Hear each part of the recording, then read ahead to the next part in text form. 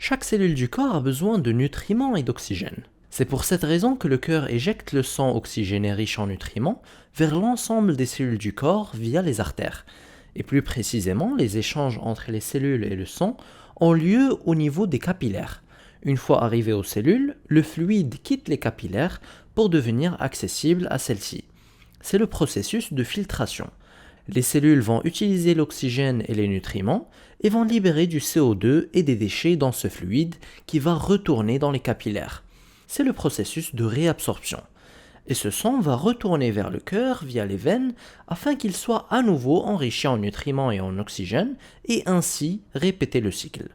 Pour résumer, le sang enrichi arrive aux cellules via les artères, la filtration a lieu au niveau des capillaires, puis la réabsorption aussi a lieu au niveau des capillaires, ensuite ce sang retourne au cœur via les veines. On pourrait penser que le sang qui vient via les artères est complètement récupéré par les veines, mais ce n'est pas le cas. Une petite partie de fluide reste autour des cellules, et c'est un autre type de vaisseau, les vaisseaux lymphatiques, qui vont récupérer ce fluide et le réintégrer dans les veines afin qu'il puisse rejoindre la circulation. Ce mécanisme de récupération du fluide restant est très important, et c'est pour cette raison qu'on retrouve des vaisseaux lymphatiques presque partout au niveau du corps. Lorsque ce fluide restant s'accumule de façon excessive autour des cellules, on parle d'œdème. L'œdème se manifeste par un élargissement du membre concerné, comme ici, élargissement des membres inférieurs.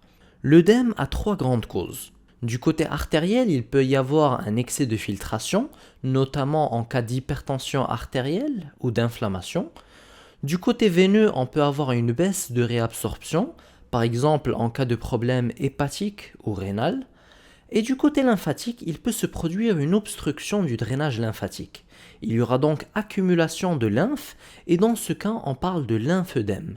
Le corps peut ainsi avoir besoin d'aide afin de retourner cet excès de fluide dans la circulation, qu'il s'agisse d'œdème ou de lymphœdème. Et cela peut être réalisé via la pressothérapie. C'est une machine équipée de chambres à air qui se gonfle et applique une pression adéquate sur les membres de sorte à faciliter le retour veineux et lymphatique.